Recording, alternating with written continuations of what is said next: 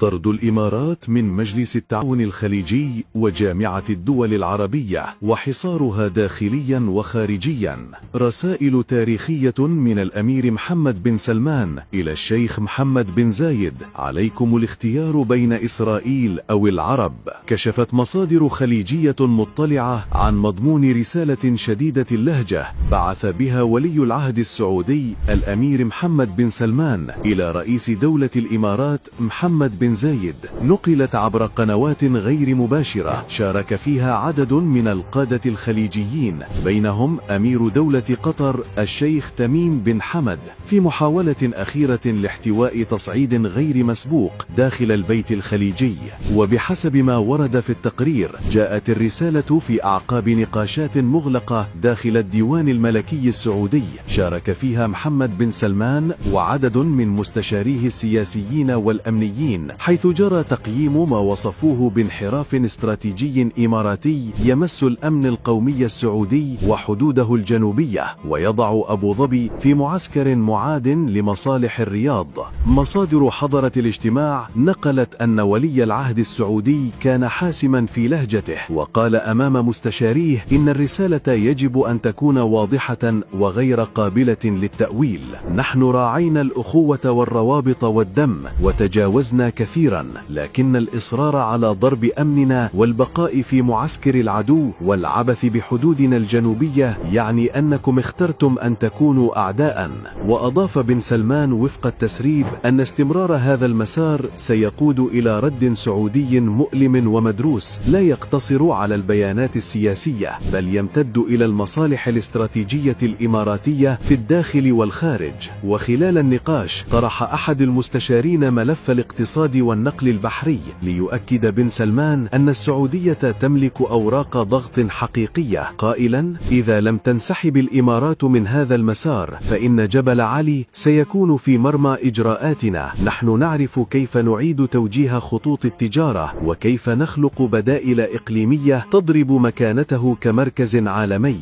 وأشار التقرير إلى أن الرسالة لم تتوقف عند الداخل الإماراتي، بل انتقلت إلى ملف المصالح الخارجية خصوصا في إفريقيا.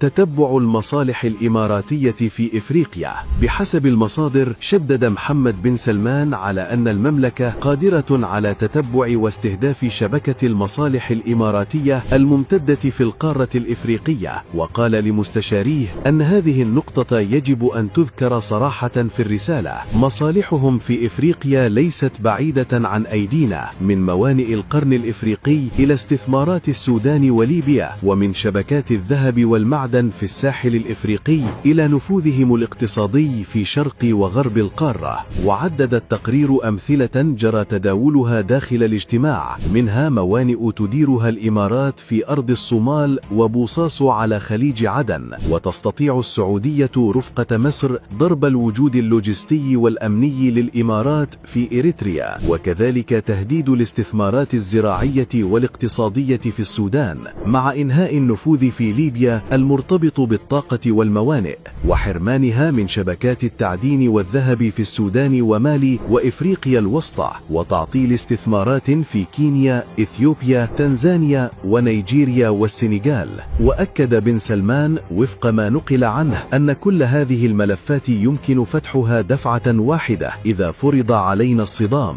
الأخطر في الرسالة بحسب التقرير لم يكن التهديد الاقتصادي فقط، بل الانتقال إلى التصعيد السياسي المؤسسي. فقد أوضح ولي العهد السعودي أن الخطوة التالية في حال استمرار الإمارات في هذا النهج ستكون الدعوة إلى اجتماع استثنائي لمجلس التعاون الخليجي. المرحلة التالية ستكون طرح التصويت على طردكم من مجلس التعاون الخليجي، ثم الانتقال إلى جامعة الدول العربية. لا يمكن أن تبقى دولة داخل المنظومتين وهي تعمل ضد أمنهما. وختم بن سلمان رسالته بتحذير وصفته المصادر بالأقسى، إذ قال أن استمرار أبو ظبي في هذا المسار لن يبقي لها سوى حليف واحد: لن يبقى لكم سوى نتنياهو، رجل يتعامل معكم بغرور ويحولكم إلى أدوات مستعبدة في مشروعه التشوشي، وحين تنتهي صلاحيتكم لن يتردد في التخلي عنكم.